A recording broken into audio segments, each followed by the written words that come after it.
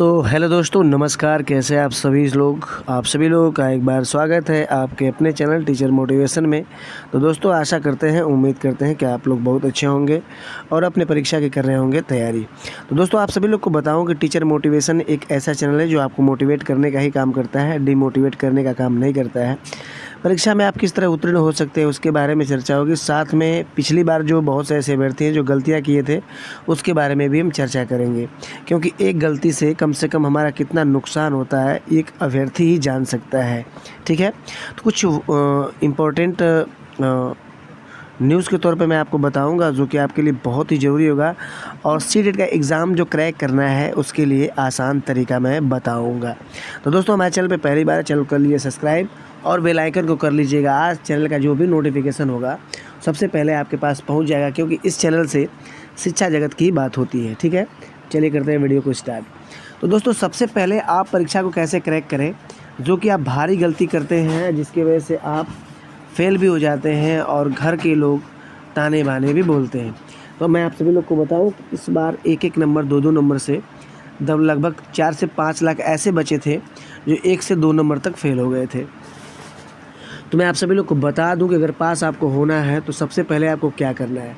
सबसे पहले अगर आपको पास करना है तो आप खुद की स्टडी प्लान पर ही प्रिपेयर करके रेडी हो जाइए। जैसे कहने का मतलब मेरा ये है कि सबसे पहले तो आप क्या करना है कि लीक वाले चक्कर में तो नहीं पढ़ना है, क्योंकि हर परीक्षा में ऐसा होता है और आप चक्कर में पड़ जाओगे तो फेल हो जाओगे। तो सबसे पहले मेरी वार्निंग है कि किसी के व्हाट्सएप से या फिर किसी के कॉन्टेक्ट से आप संपर्क मत करिएगा, क्योंकि सीटेट का पेपर एक ऐसा पेपर होगा, ऑथेंटिक उत्तर किसी को नहीं पता होता है।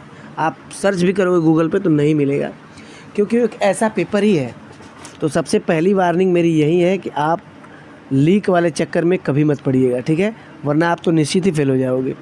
ठीक, पहली बात। दूसरी बात ये है कि आप जो पेडागोजी, जैसे मान लीजिए 75 नंबर, ठीक है, 75 + 75 मतलब कि 75 नंबर के 150 जो नंबर होते हैं उसमें 75 में पेडागोजी और थ्योरी होते हैं।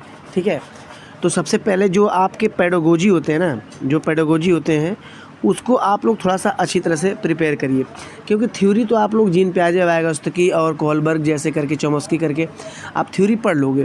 थ्योरी में तो कुछ ना कुछ कर ही लोगे, चाहे आप ईवीएस में आप पेड़ पक्षी बिहार जो भी कुछ पढ़ना है वो पढ़ लोगे।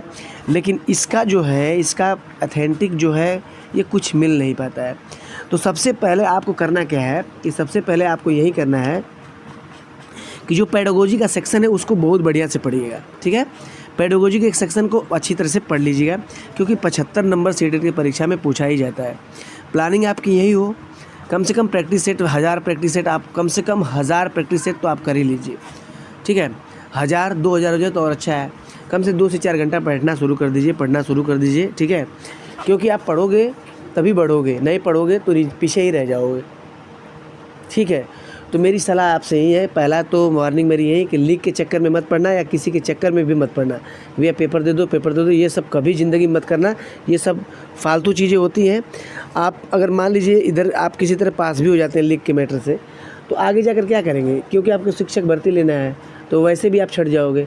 इससे बढ़िया अपना प्रिपरेशन खुद स्टडी करिए और खुद अच्छी तरह से अलर्ट हो जाइए, और आप अपने पर निर्भर हो जाएंगे तो फिर आगे कोई परीक्षा होगी आप निकाल दोगे।